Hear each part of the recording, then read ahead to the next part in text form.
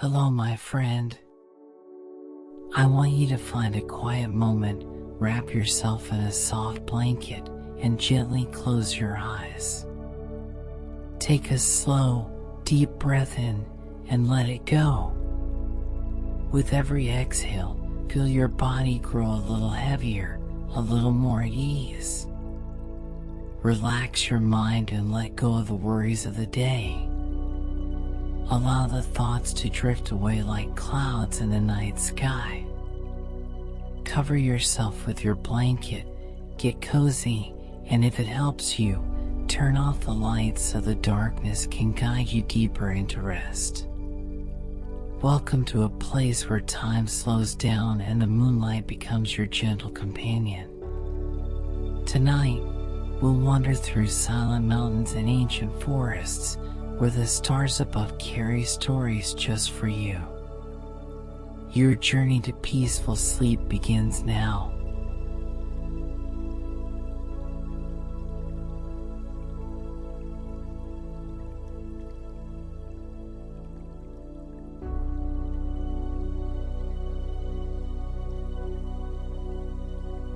In a time long past, when the moon held secrets closer to its heart and stars sang lullabies to a world wrapped in slumber, there lay a village nestled at the edge of the whispering woods.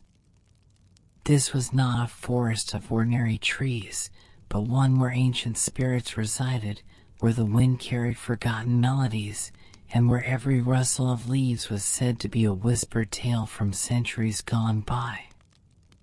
The village, named Eldoria, was a peaceful haven, its inhabitants living simple lives, their days guided by the rhythms of nature. They tilled their lands, spun their wool, and shared stories under the vast, starlit sky, always mindful of the mystical boundary that separated their world from the enigmatic depths of the whispering woods.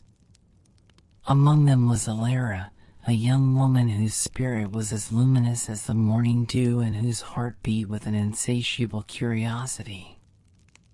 Unlike others who approached the woods with a healthy respect tinged with fear, Elara felt an inexplicable pull towards its silent, shadowed embrace.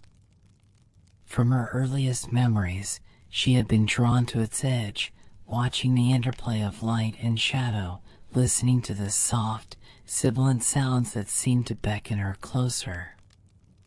Her grandmother, a wise woman with eyes that held the history of Eldoria, often warned her, "The woods have their own will, child. They offer solace to some and lead others astray. Always remember, what whispers in the shadows may not always be what it seems." Elara listened, nodding earnestly, but the allure of the unknown remained undimmed within her. One particular evening, as a silver sliver of moon hung low in the sky, casting an ethereal glow over Eldoria, an old tale resurfaced during the communal gathering. It was the legend of the Moonpetal flower, a bloom said to blossom only once every 100 years, deep within the heart of the whispering woods. Its petals, luminous and soft, were believed to hold the power to mend any sorrow, to heal any ailment, and to reveal the deepest truths of the soul. But finding it was an impossible quest, for the flower was guarded by the ancient spirits of the woods, and its location was a secret known only to the wind and the whispering leaves. Many had sought it, driven by hope or despair, but none had ever returned with the fabled bloom. Some, it was said, never returned at all. As the story unfolded, Elara felt a familiar stirring within her. A profound sense of purpose, almost a calling, settled in her heart. She imagined the soft luminescence of the moonpetal, its gentle power, and a strange conviction bloomed within her. She had to find it. Not for personal gain, but for a deeper, unspoken reason that she couldn't yet articulate. Perhaps it was the longing to understand the whispers, to connect with the ancient pulse of the woods, or simply the irresistible pull of a mystery waiting to be unveiled. The next morning, with the first blush of dawn painting the sky in hues of rose and gold, Elara made her decision. She packed a small satchel with dry berries, a water skin, and a finely crafted compass, a gift from her late father. She told no one of her true intentions, simply stating she would be gathering herbs at the forest's edge, a common enough practice. With a final glance at the sleeping village, she stepped into the gentle embrace of the whispering woods. The air immediately changed. It grew cooler, the sunlight filtering through the dense canopy in dappled patterns, creating a mesmerizing dance of light and shadow on the forest floor. The sounds of the village faded, replaced by the soft symphony of the woods, the rustle of leaves, the distant call of a bird, the gentle hum of unseen insects. Tall, ancient trees, their branches reaching towards the sky like gnarled fingers, stood as silent sentinels, their bark etched with the passage of countless seasons. Elara felt a strange sense of peace, a feeling of coming home, even as a shiver of apprehension traced its way down her spine.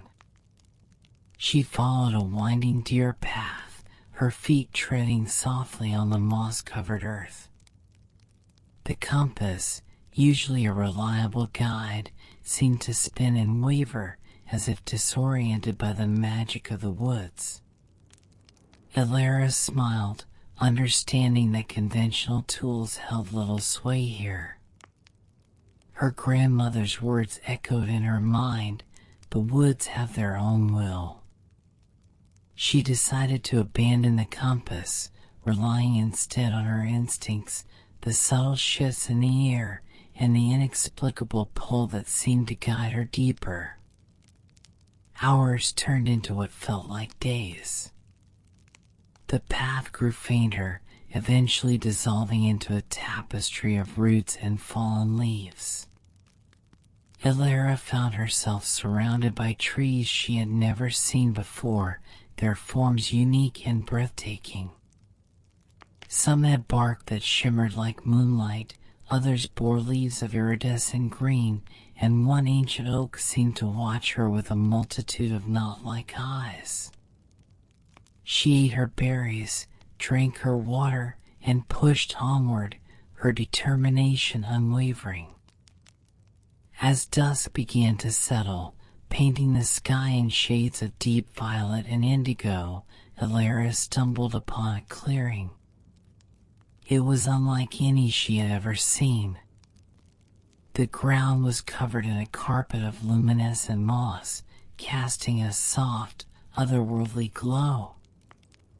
In the center of the clearing stood a massive, ancient standing stone, its surface smooth and cold to the touch.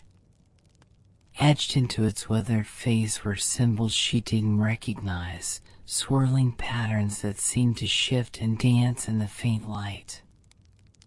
A strange, resonant hum filled the air, a melody that seemed to emanate from the very earth itself.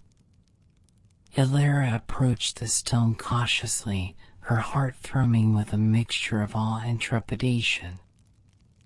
As her fingers grazed its cool surface, the air around her thickened, and faint, translucent figures began to emerge from the shadows of the surrounding trees. They were the spirits of the woods, not menacing, but ancient and watchful. Their forms flickered like moonlight on water, their eyes, pools of deep wisdom, focused on her with an intensity that made her breath catch in her throat. One spirit, taller and more luminous than the others, drifted forward. Its form was that of an old woman, her hair like spun silver, her gaze both gentle and piercing. A soft, melodious voice, like the rustle of autumn leaves, filled Elara's mind, You seek the Moonpetal, child of Eldoria. Elara, though startled, found her voice. Yes, esteemed spirit. I do. But not for myself alone. I feel it holds a truth, a balance that the world needs. The spirit's luminous forms seem to shimmer. Many have sought it, driven by desire, by greed, by sorrow. Few have understood its true purpose. It paused, its gaze unwavering.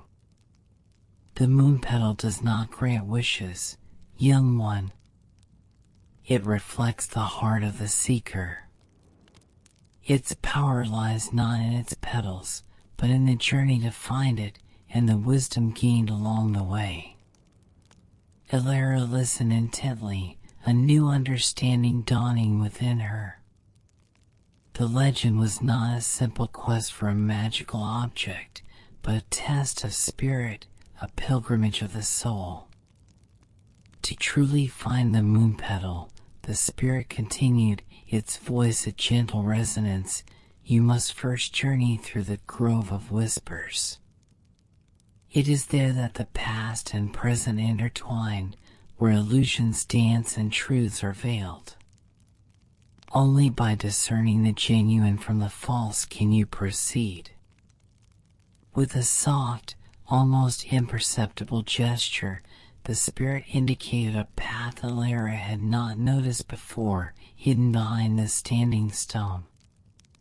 It was darker, narrower, and seemed to hum with an almost magnetic energy.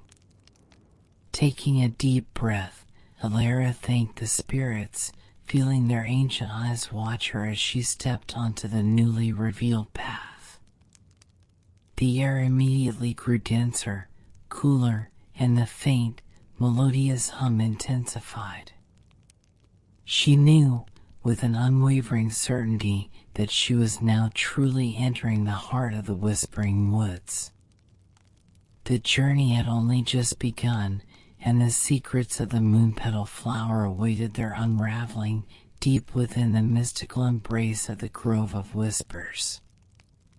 The forest around her seemed to sigh, a collective breath holding its ancient secrets, as Elara ventured further into the unknown, guided only by her intuition and the promise of a deeper truth. The path twisted and turned, leading her deeper into a part of the forest where the trees grew so close together that their branches intertwined, forming a natural, living canopy that blocked out all but the faintest slivers of moonlight. The air grew heavy with the scent of damp earth and an unfamiliar, sweet fragrance, like night-blooming jasmine mixed with something ancient and mossy. Every step she took seemed to echo, not with sound, but with a subtle vibration that resonated through the soles of her feet, up her legs, and into her very core. As she walked, the whispers began. Soft at first, like the rustling of distant leaves, then growing clearer, forming words, phrases, and then full sentences. They were not malicious whispers, nor were they entirely welcoming. They were simply there, a chorus of voices, some barely audible, others distinct, weaving a tapestry of sound around her. She recognized some of them as echoes of her own thoughts, her hopes, her fears, magnified and reflected back at her. Other whispers spoke of forgotten memories, of long-lost loves, of decisions made and paths not taken. It was as if the very fabric of the woods was made of consciousness, and she was walking through its dreams and recollections. Elara realized that these were the illusions the spirit had spoken of. The Grove of Whispers was a place where the boundaries between perception and reality blurred, where the inner landscape of her mind merged with the ancient consciousness of the forest. She had to remain grounded, to discern her own thoughts from the echoes of the woods, and to not be swayed by the seductive pull of forgotten emotions or imagined possibilities. She saw fleeting images at the periphery of her vision, a child laughing in a sun-dappled meadow, a wise old man carving intricate symbols into wood, a couple dancing under a full moon. They were vivid, almost real, but as she focused on them, they would dissolve like mist, leaving only the endless, ancient trees. The whispers intensified, weaving stories of what-ifs and might-have-beens, of paths she could have taken in her own life, of destinies she could have chosen. One particularly insistent whisper spoke of her parents, offering her a glimpse of their lives before she was born, moments of joy and sorrow she had never witnessed. It was incredibly tempting to immerse herself in these memories, to connect with the past that shaped her. But Elara remembered the spirit's words, "Only by discerning the genuine from the false can you proceed." She knew that while these were echoes of truth, they were not her present reality, and lingering too long in the past would prevent her from moving forward. She closed her eyes for a moment, focusing on the feeling of the earth beneath her feet, the cool air on her skin, the real, tangible sensations of the present. When she opened them again, the illusions seemed a little less vibrant, the whispers a little less compelling. She understood that the key was not to fight them, but to acknowledge them without becoming lost within them. As she continued deeper, the whispers shifted. They began to speak of the Moonpetal itself, intertwining its legend with new details, new promises, and new warnings. One whisper claimed the Moonpetal would grant eternal youth, another that it would reveal the location of hidden gold, and yet another warned that touching it would turn her to stone. Each whisper was designed to test her motives, to see if her initial selfless intent remained true. Elara held firm. She remembered her first, pure desire to find the Moonpetal not for personal gain, but for the elusive truth it held, for the balance it represented. She repeated her intention like a mantra in her mind, letting the whispers of greed and fear flow past her like water. Finally, after what felt like an eternity, the whispers began to fade, growing softer and softer until they were once again just the gentle rustle of leaves. The illusions became less frequent, then disappeared altogether. The air in the grove of whispers began to feel lighter, the pressure in her chest eased, and a sense of profound calm settled over her. She had navigated the labyrinth of echoes, discerning her own path amidst the myriad voices of the ancient woods.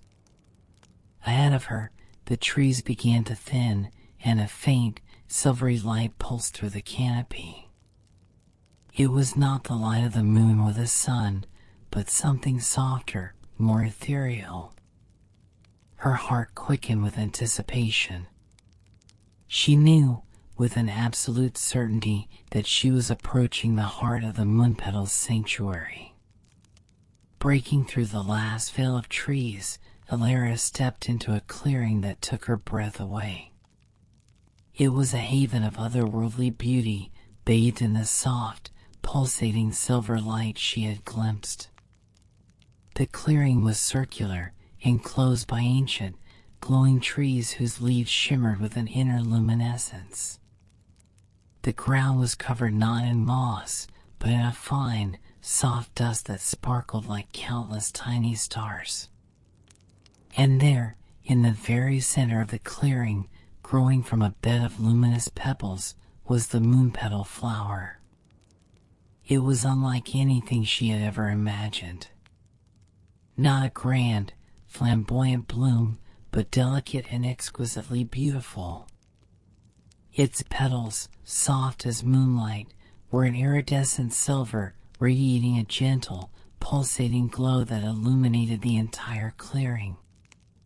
They unfolded in perfect symmetry, revealing a heart of pure, liquid light that seemed to draw all shadows into itself.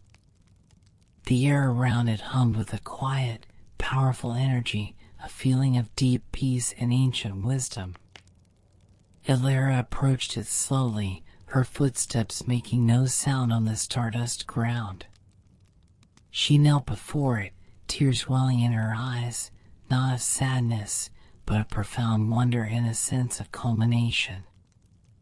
This was not just a flower, it was a symbol, a testament to the journey, to the power of intention, and to the hidden truths that lay within the natural world.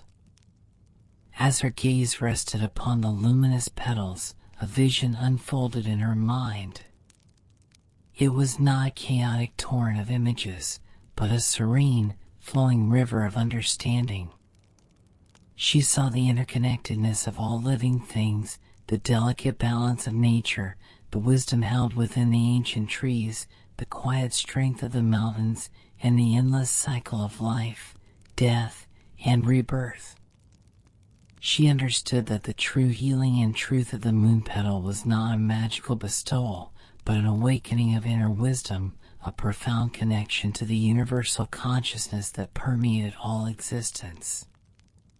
The vision showed her the true nature of the Whispering Woods, not a place of fear, but a living, breathing entity, a guardian of ancient knowledge, its whispers not meant to mislead, but to guide those who were willing to listen with an open heart. The spirits she had encountered were not just guardians of the Moonpetal, but embodiments of the forest's wisdom, testing the sincerity of those who sought its deepest secrets. She also saw her own village, Eldoria, from a new perspective. She saw the simple beauty of their lives, their connection to the land, but also the subtle fear that kept them from fully embracing the deeper mysteries of the world around them. The Moonpetal's truth was not just for her, but for all who were ready to see it. It was a message of harmony, of respect for the unseen, and of the profound magic that lay hidden in plain sight, if only one dared to look beyond the ordinary. Elara reached out a trembling hand, not to pluck the flower, but to simply touch its radiating light. As her fingers met the ethereal glow, a jolt of pure, gentle energy flowed through her, filling her with a sense of clarity and peace she had never known. It was as if every cell in her body hummed with the resonance of the universe. She felt completely whole, completely present, completely connected. The Moonpetal did not wither, nor did it change. It continued to pulse with its gentle light, a silent beacon of wisdom. Elara realized that its power was not diminished by her touch, but amplified by her understanding. It was a truth shared, a secret revealed, not to be taken, but to be known. She sat there for a long time, bathed in the Moonpetal's serene glow, allowing the insights to settle deep within her. The anxieties, the uncertainties, the small fears she had carried within her, all dissolved like mist in the morning sun. She felt renewed, not just physically, but spiritually. The journey through the Whispering Woods, the whispers, the illusions, the encounter with the spirits, it had all been a profound initiation. The soft light of the Moonpetal began to dim ever so slightly, signaling the approach of a new dawn, even though the sun's rays had yet to penetrate this sacred glade. Elara knew it was time to leave, to carry the wisdom she had gained back to her village, not to boast of her discovery, but to live by its truth. The Moonpetal would remain here, a perpetual guardian of the wood's deepest secrets, waiting for the next seeker whose heart was true. As she rose, a sense of quiet gratitude filled her. She turned to take one last look at the Moonpetal, its light now a soft, internal glow, almost as if it had become a part of the forest's very being. The clearing, the glowing trees, the stardust ground, it was all a sacred memory now, etched into the depths of her soul. Elara knew her journey out of the Whispering Woods would be different. The forest no longer felt like an enigma, but a wise, old friend. The whispers she might hear on her way back would not be illusions, but the gentle murmurs of its continued existence, a soothing symphony of nature. She had found the Moonpetal, not as a physical object to possess, but as a profound truth to embody. Her heart, once filled with curiosity, now held a serene wisdom, a silent understanding of the world's hidden magic. The Moonpetal's light now lived within her. And so, with a quiet strength in her step and a newfound light in her eyes, Elara began her journey back, ready to bring the subtle magic of the Whispering Woods and the truth of the Moonpetal flower back to the waking world, forever changed by the secrets she had unveiled in the heart of the ancient forest. The tale of Elara and the Moonpetal would become a new whisper, a new legend in Eldoria, but its true meaning would only be understood by those who dared to listen, not with their ears, but with their hearts. And with that, Elara stepped back into the path she had followed, now seeing it with new eyes, her steps lighter, her spirit imbued with the serene power of the Moonpetal's wisdom. The journey back was not a retracing of steps, but a continuation of the awakening, each rustle of leaves now a familiar song, each shadow a friend, and every breath she took a quiet acknowledgement of the profound interconnectedness of all things. The Whispering Woods had not just given her a destination, but a new way of seeing, a new way of being. The silence of the forest was no longer just silence, it was a symphony of ancient truths, waiting to be heard. The journey back through the Whispering Woods was a new kind of pilgrimage for Elara. The path that had once felt challenging and mysterious now felt like a familiar friend, each tree a silent companion, each rustle of leaves a whispered greeting. The whispers she had navigated in the grove were now silent, their purpose fulfilled. In their place was a gentle, soothing murmur, the oral signature of a forest at peace with itself. The air, no longer heavy with anticipation, was fresh and cool, carrying the scent of pine and damp earth. Elara walked with a quiet strength, her spirit brimming with a newfound serenity. The Moonpetal's light was no longer just a memory, it was a feeling deep within her heart, a permanent sense of calm and clarity. She felt the interconnectedness of all living things, from the smallest moss on a stone to the towering, ancient oaks. Her own place in this grand, beautiful tapestry felt more secure than ever before. As the woods began to thin, and the familiar sight of Eldoria's rooftops came into view, Elara felt a bittersweet pang. The quiet solitude of the forest was giving way to the gentle hum of human life, and she wondered how she would explain the transformation within her. Her grandmother's words, "What whispers in the shadows may not always be what it seems," took on a new meaning.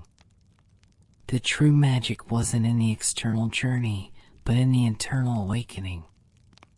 She entered the village as the first stars began to twinkle in the twilight sky.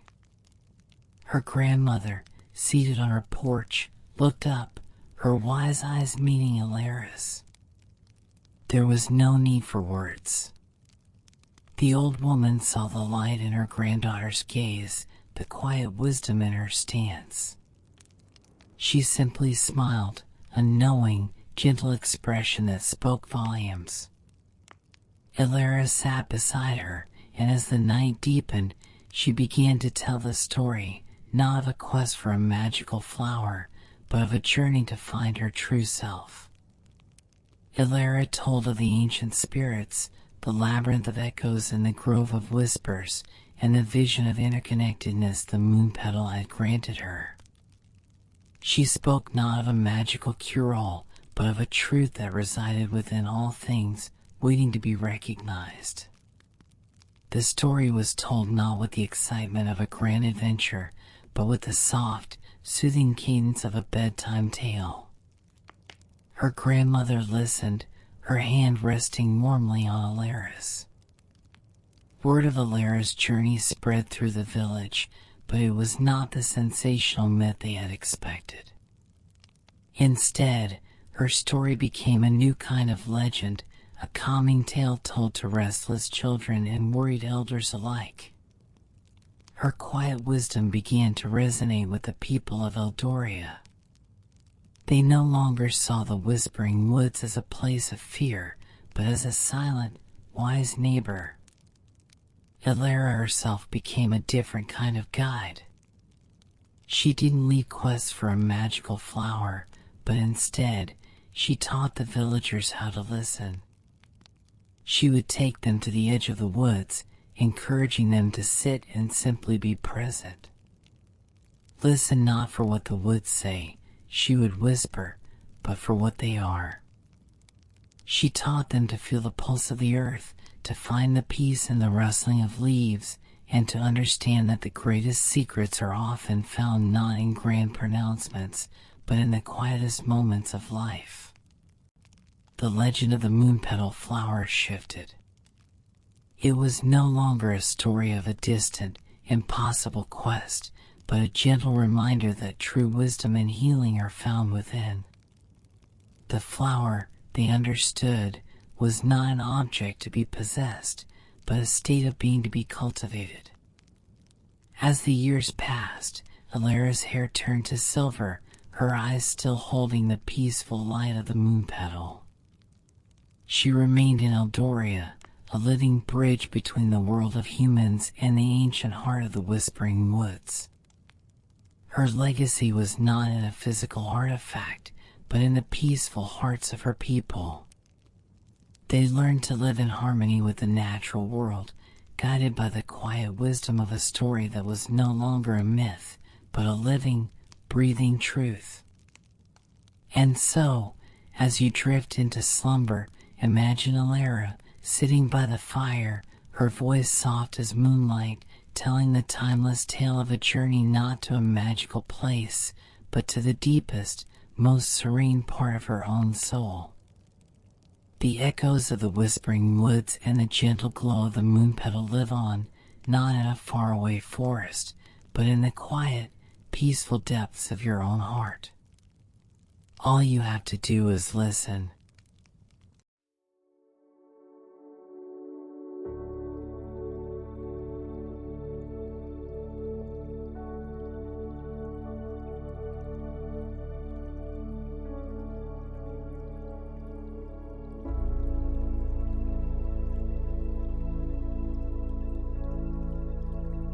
In the twilight years of an age long forgotten, when the line between the waking world and the realm of dreams was gossamer thin, there lay a city of unparalleled beauty named Elara.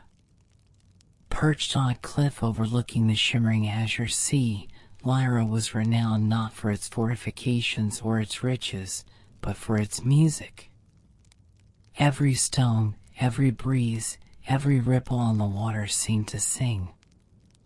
Its people, the Elians, possessed voices like the purest bells and hands that coaxed melodies from simple reeds and polished stones. Their lives were a harmonious symphony, guided by the ancient rhythms of the sea and the sky. At the heart of Elara stood the grand lyre, a magnificent instrument carved from a single, iridescent shell, gifted to the city by the sea spirits themselves at a time beyond memory. It was played only by the designated song weaver, a position held by those with the purest heart and the most profound connection to the city's inherent melody.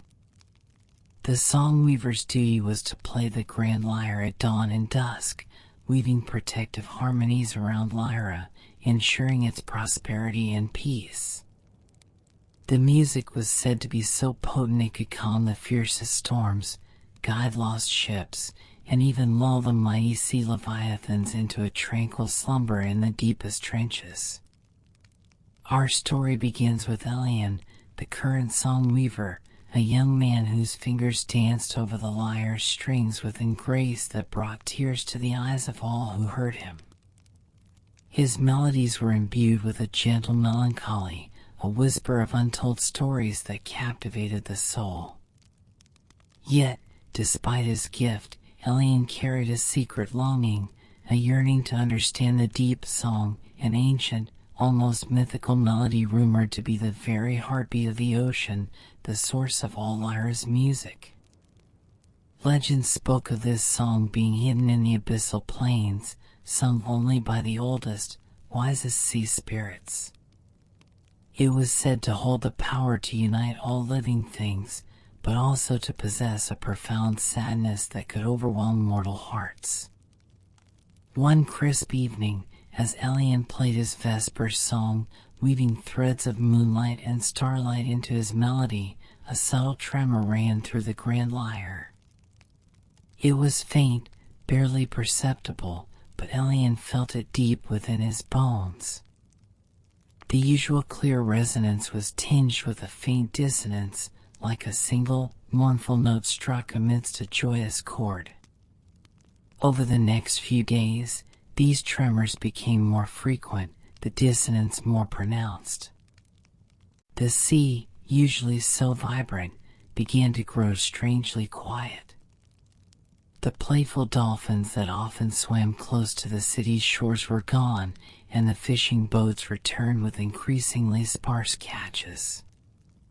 An unsettling quiet began to settle over Lyra, a silence that felt heavier than any storm. The elders, their faces etched with concern, gathered at the temple of the sea spirits. They spoke of ancient prophecies, of times when the sea's temper turned, and the very foundation of Lyra was threatened. They recalled the legend of the Veil of Silence, a period when the ocean's music would fade, signaling a profound imbalance, a deep sadness within the sea itself. It was a precursor, they whispered, to catastrophic change. The only way to avert it was to rediscover the deep song and restore the sea's harmony. But how? No one had ever found it. Elian, burdened by the responsibility of his office and his profound love for his city, knew he could not stand idly by. He spent long nights by the grand lyre, trying to coax out an answer, a hint, a direction. One night, as the moon cast a silver path across the restless waves, a faint, almost inaudible note resonated from the lyre, a pure, deep tone that resonated with the longing in his own heart.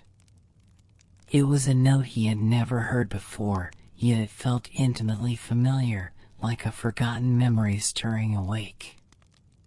It was the whisper of the deep song. Guided by this elusive melody, Elian realized what he had to do. He would descend into the depths of the azure sea, into the abyssal plains, to seek out the source of the deep song. It was an undertaking fraught with peril, for the sea held countless mysteries, and not all of them benevolent. But Lyra, his beloved city, depended on him. He confided in his closest friend, Lyra, a swift and agile diver whose laughter was as bright as sea foam. Lyra, understanding the gravity of the situation, did not hesitate. "Where you go, Elian, I follow. The sea is our mother, we will seek her heart together." Together, they prepared, gathering supplies, glow lanterns fueled by rare bioluminescent algae, specially treated breathing masks, and the finest deep-sea ropes.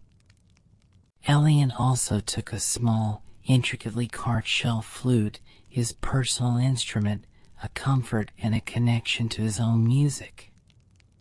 Before dawn, Under the cloak of a sky still painted with remnants of the night, Elian and Elara slipped away from the sleeping city. They launched a small, sturdy vessel from a hidden cove, its sails made of resilient sea silk. They rowed silently past the sleeping fishing fleet, towards the open sea, towards the ever-deepening blue. The journey was long and arduous. For days they sailed, the sun beating down mercilessly, then the nights turning cold and star-dusted. The sea grew progressively darker, its surface less reflective, its current stronger. The vibrant marine life they were accustomed to seeing disappeared, replaced by the occasional glimpse of strange, shadowy forms in the deeper waters. The silence of the sea grew almost oppressive, a heavy blanket that muffled all sound, even their own breathing. The faint, resonant note from the grand lyre, which Elian tried to keep in his mind's ear, began to fade, replaced by the crushing quiet. One evening, as a supermoon, larger and brighter than any they had ever seen, rose above the horizon, casting an unearthly glow upon the water, they reached the designated coordinates given by the elusive note. The sea here was a deep, impenetrable indigo, the surface strangely calm, almost glassy. Elian looked at Elara, his heart heavy with the unspoken dangers ahead. "This is it," he whispered, his voice sounding small in the vast silence. They donned their breathing masks, took a deep breath of the specially prepared air, and with a shared glance of determination, slipped into the abyssal waters. The cold immediately enveloped them, a chilling embrace that pressed in from all sides. The glow lanterns cast a limited circle of light, revealing the true nature of the abyss, a world of silent, majestic darkness. Towering rock formations, smoothed by countless centuries of currents, rose from the seabed like ancient, sleeping giants. Strange, luminescent flora pulsed with their own inner light, creating an alien garden in the deep. They descended slowly, carefully, their ropes unwinding from the vessel above.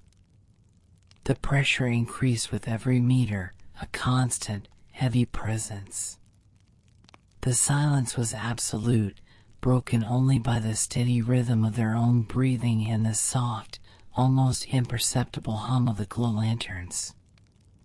Elian played his shell flute, but the sound seemed to dissipate immediately, absorbed by the vastness of the water, offering no comfort, no echo. After what felt like an eternity, they reached a vast, flat plain, thousands of meters below the surface. Here, the temperature dropped dramatically, and the silence was so profound it felt like a physical entity. In the distance, a faint, ethereal glow pulsed, drawing them forward. As they approached, the glow resolved into a magnificent, pulsating coral reef, unlike anything found on the surface. It was a vibrant tapestry of bioluminescent life, pulsing with greens, blues, and purples, its forms intricate and breathtakingly beautiful. At the heart of this luminous reef, they saw it, a colossal, crystalline structure, like an enormous geode, its facets shimmering with an inner light that seemed to pulse in time with a slow, resonant beat. It was the source of the faint note Elian had heard, magnified 1,000-fold, yet still barely audible, a deep, mournful hum that vibrated through the water and into their very bones. This was the dwelling place of the ancient sea spirits, the guardians of the deep song. As they drew closer, translucent, shimmering figures began to emerge from the coral. They were the sea spirits, their forms like flowing water, their eyes like polished abalone shells, ancient and wise. They regarded Elian and Elara with a gaze that was neither welcoming nor hostile, but simply observant, profound. One spirit, larger and more radiant than the others, drifted forward. Its voice, though silent to their ears, resonated directly into their minds, a symphony of gentle echoes. You seek the deep song, children of Elara. Many have journeyed to these depths, driven by curiosity, by greed, by the desire for power. Few have understood its true nature. Elian, using his innate ability to connect with melody, tried to communicate his purpose, to convey the fading music of Elara, the distress of the sea, the need to restore harmony. He played a soft, pleading melody on his shell flute, a mournful tune that spoke of Elara's plight. The spirit's form shimmered in response. The deep song is not a melody to be commanded, young weaver. It is the lament of the ocean, the sorrow of imbalance, the cry of a world that forgets its true rhythm. The spirit paused, its luminous gaze piercing Elian's very soul. To hear the deep song fully, to truly understand it, you must first shed your own desires, your own expectations. You must listen with an open heart, not for what you wish to hear, but for what is. With a subtle gesture, the spirit indicated the colossal crystalline structure. Enter the heart of the deep. There, the deep song awaits. But be warned, its power is immense. It will show you not only the ocean's truth, but your own. Many have entered, few have emerged unchanged. Elian looked at Elara, who nodded resolutely, her eyes reflecting the glowing coral. Together, they swam towards the crystalline structure. As they passed through an archway that seemed to open just for them, the internal hum intensified, becoming a pervasive vibration that enveloped their entire beings. Inside, the crystalline chamber was vast, far larger than it appeared from the outside. The walls pulsed with an inner light, casting shifting patterns across the floor, which was covered in a fine, luminous dust. In the very center of the chamber, suspended in the water, was a single, immense pearl, larger than Elian himself. It radiated an intense, pure light, and from its core emanated the deep song, not a series of notes, but a pervasive, resonant hum that seemed to be the very sound of existence. It was not a joyous melody, nor was it entirely sorrowful. It was a profound, almost overwhelming composition of all emotions, all experiences, all life and death, distilled into pure sound. Elian and Elara were instantly immersed in it, feeling its vibrations ripple through their bodies, their minds, their very souls. The deep song began to weave its spell, not through their ears, but through their hearts. Elian saw visions, not external images, but internal revelations. He witnessed the vastness of the ocean's history, the slow, majestic dance of tectonic plates, the birth of islands, the ebb and flow of countless tides. He felt the sorrow of the coral bleaching, the despair of creatures caught in nets, the silent suffering of the sea as its balance was disturbed by the careless actions of those on land. It was a profound, heartbreaking lament for the ocean, a cry of a suffering mother. But interwoven with this sorrow, he also felt immense joy, the playful dance of schools of fish, the tender caress of warm currents, the explosive burst of new life, the enduring power of creation that ceaselessly regenerated itself. He understood that the deep song was not just a lament, but also a hymn of resilience, a testament to the ocean's unending capacity for life and renewal. Then, the deep song turned inward. It showed Elian his own life, his strengths, his weaknesses, his moments of fear and courage. He saw the origins of his melancholy, not as a flaw, but as a deep empathy for the world's beauty and its pain. He realized that his desire to find the deep song was not just to save Lyra, but to reconcile his own heart with the world's suffering and its boundless wonder. The song was stripping away his illusions, his preconceived notions, leaving only the raw, honest truth of his being. Lyra, beside him, was experiencing her own profound revelations. Her usually bright and carefree spirit was now infused with a new depth, a quiet understanding of the interconnectedness of joy and sorrow. She saw the strength and vulnerability, the power and empathy, and the profound beauty in the ocean's unending cycle. The climax of the deep song was a single, pure, resonant note that vibrated through the entire chamber, shaking their very souls. It was a note of unity, of ultimate harmony, a sound that spoke of the fundamental truth that all things are connected, that the well-being of the ocean was inextricably linked to the well-being of Lyra, and indeed, all life. It was a call to remembrance, a gentle urging to live in harmony, to respect the delicate balance of the world. As the notes slowly faded, leaving behind an echoing silence, Elian and Lyra felt a profound change within them.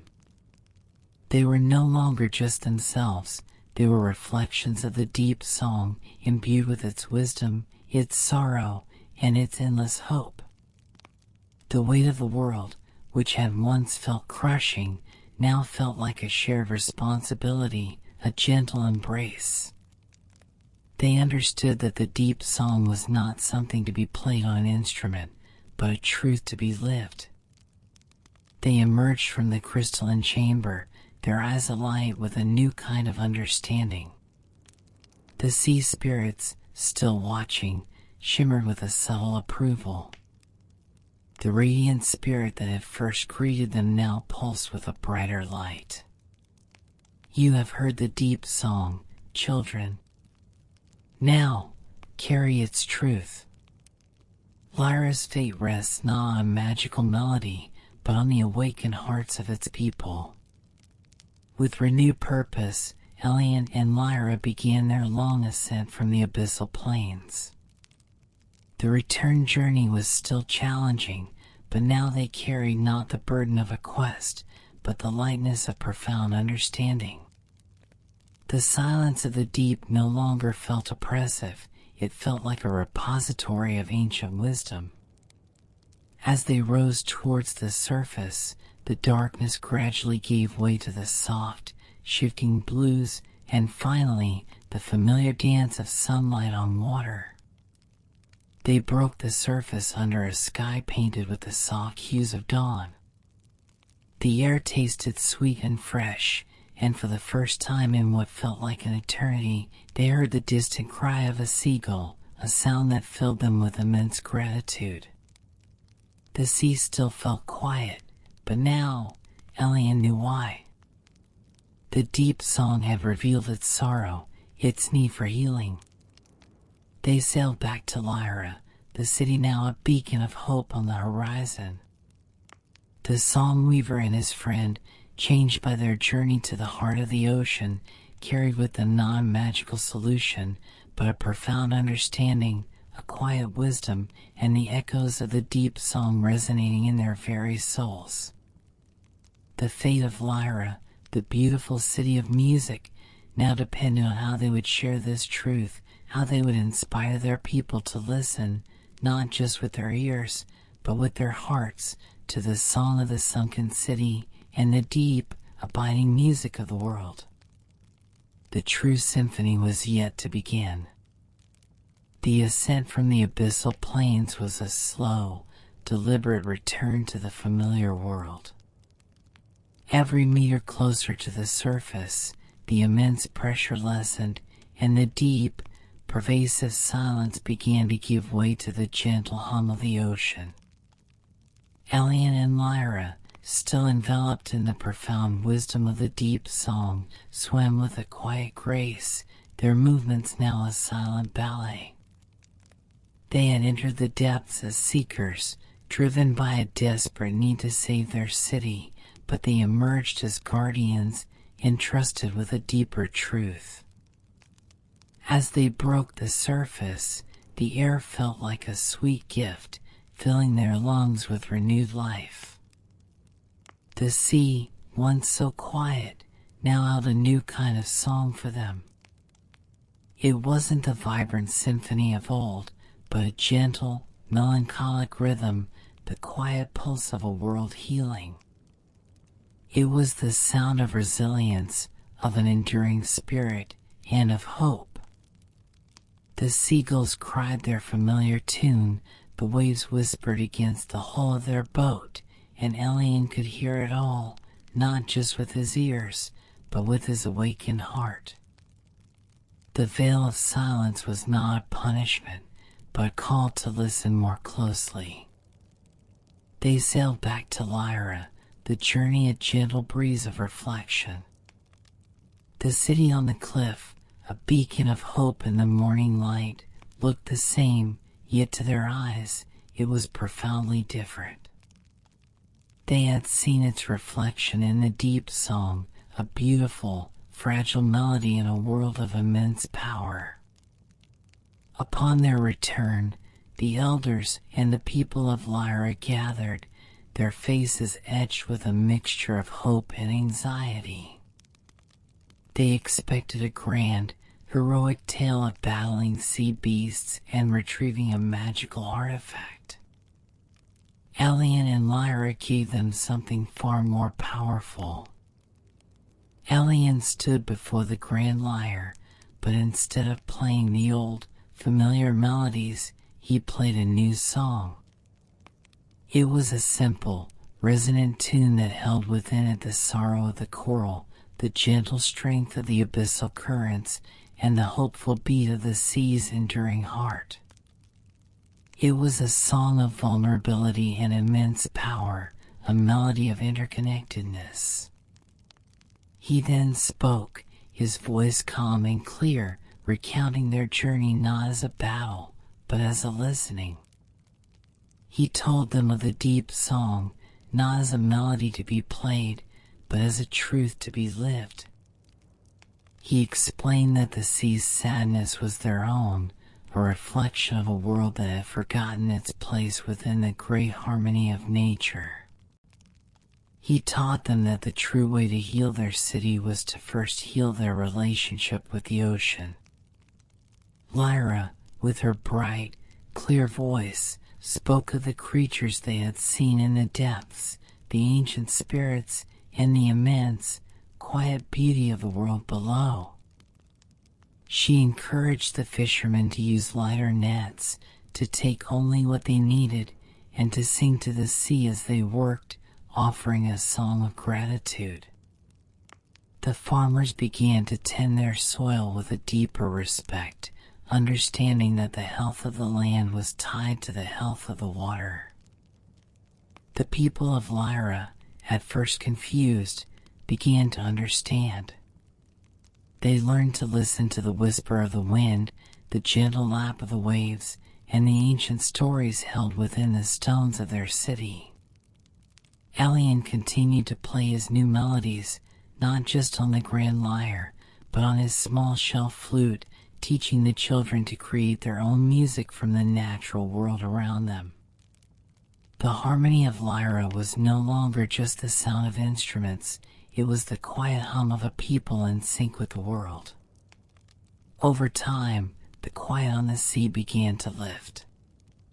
The dolphins returned, their playful clicks and whistles a joyous sound. The fishing boats returned with bountiful catches, and the tides grew predictable once more. The grand lyre no longer vibrated with sorrow, but with a deep, resonant peace. The veil of silence was lifted, not by a grand act of magic, but by the collective, gentle hum of a city that had finally learned to listen. Elian and Lyra, now elders themselves, watched the next generation of Lyrians grow up with an innate understanding of their place in the world. The Song of the Sunken City was no longer a myth of a lost melody, but a living tradition of quiet reverence and deep listening. It was a gentle reminder that the world's most profound secrets are not to be found in grand quests, but in the softest, most truthful parts of our own hearts. And so, as you feel yourself drifting, imagine the gentle hum of the deep song settling over you. Let its peaceful rhythm guide you, knowing that the greatest truths are found not in loud sounds, but in a quiet, listening heart.